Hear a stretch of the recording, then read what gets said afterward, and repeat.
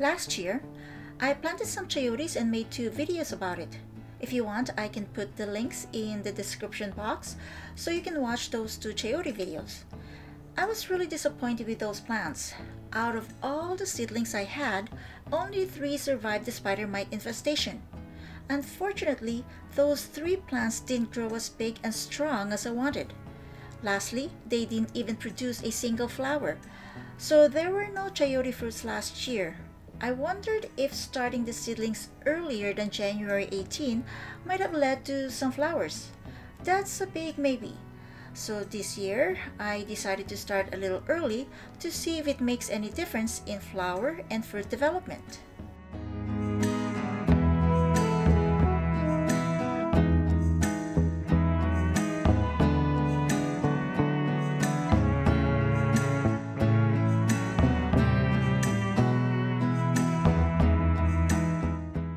I bought 5 chayote fruits from the store before Christmas, and here they are. As you can see, it's now January 5th and they are starting to grow.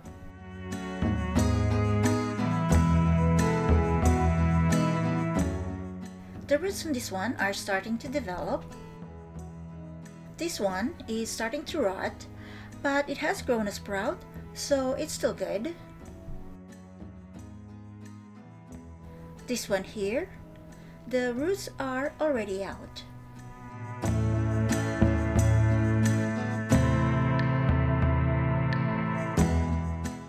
These ones in the container were bought before the new year. This chayote is starting to rot, but I'm not throwing it away just yet. I'll wait to see if it develops some growth. If not, then it'll end up in the garbage. There's one here that has sprouted.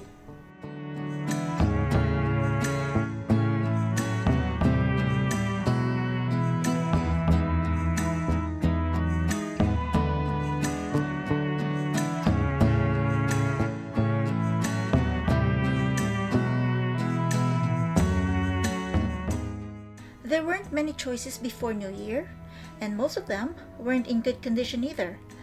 I chose the ones that were less damaged. In the next video, I will show you how to choose the right chayote for your seedlings.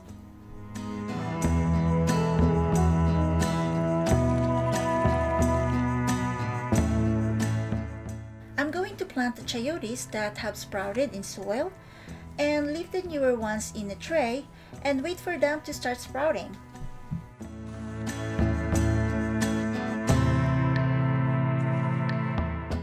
Okay, this soil is moist enough.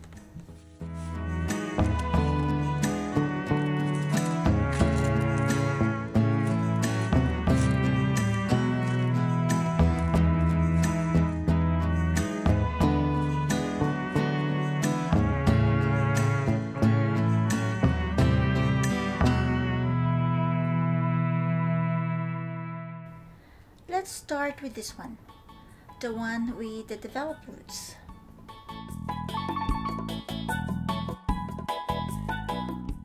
This spot might be a little narrow for this.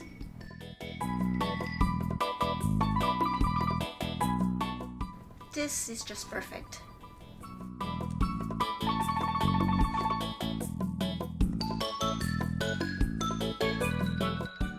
I love chayotes.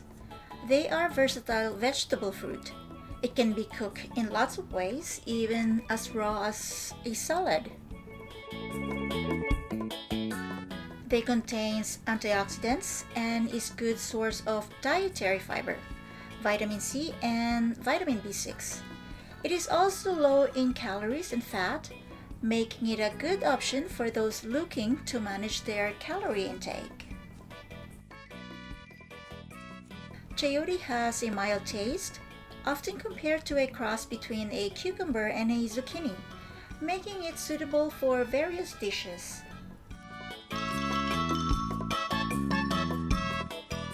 One potted chayote seedling. I usually place a paper towel at the bottom of the pot to prevent the soil from leaking through the bottom holes, but I forgot to grab some, so I'll go ahead without it.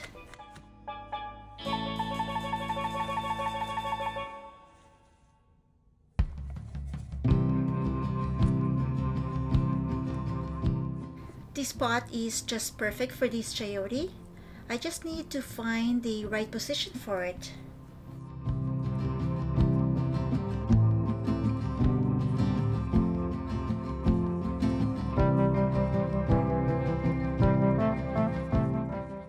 I have about 4 to 5 months to keep these chayotes alive before I can transfer them to the ground. I lost some chayote plants last year because of spider mites. I tried to keep them alive by spraying them with insecticidal soap, but unfortunately some of them couldn't be saved.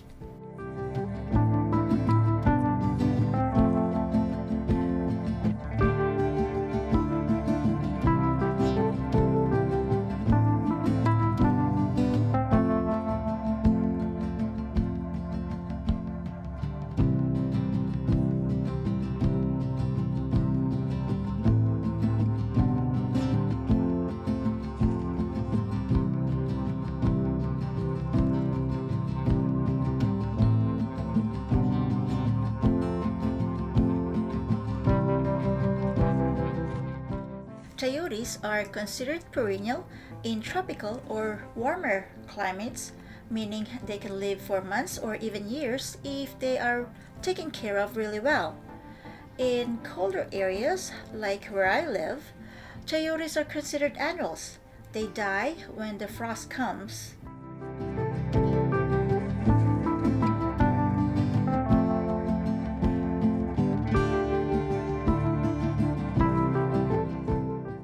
Okay, that's good enough soil.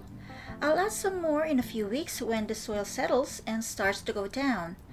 Watering will cause the soil to go down further in the pot.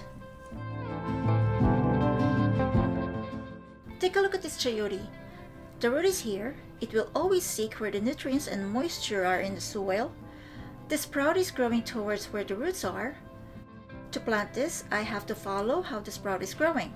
This means the roots will be up on top instead of down towards the rest of the soil.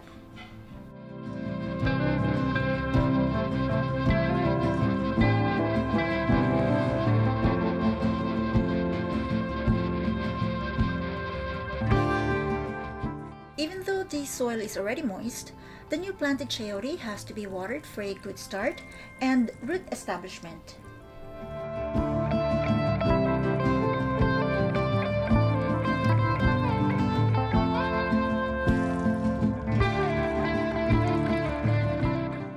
Thank you for watching.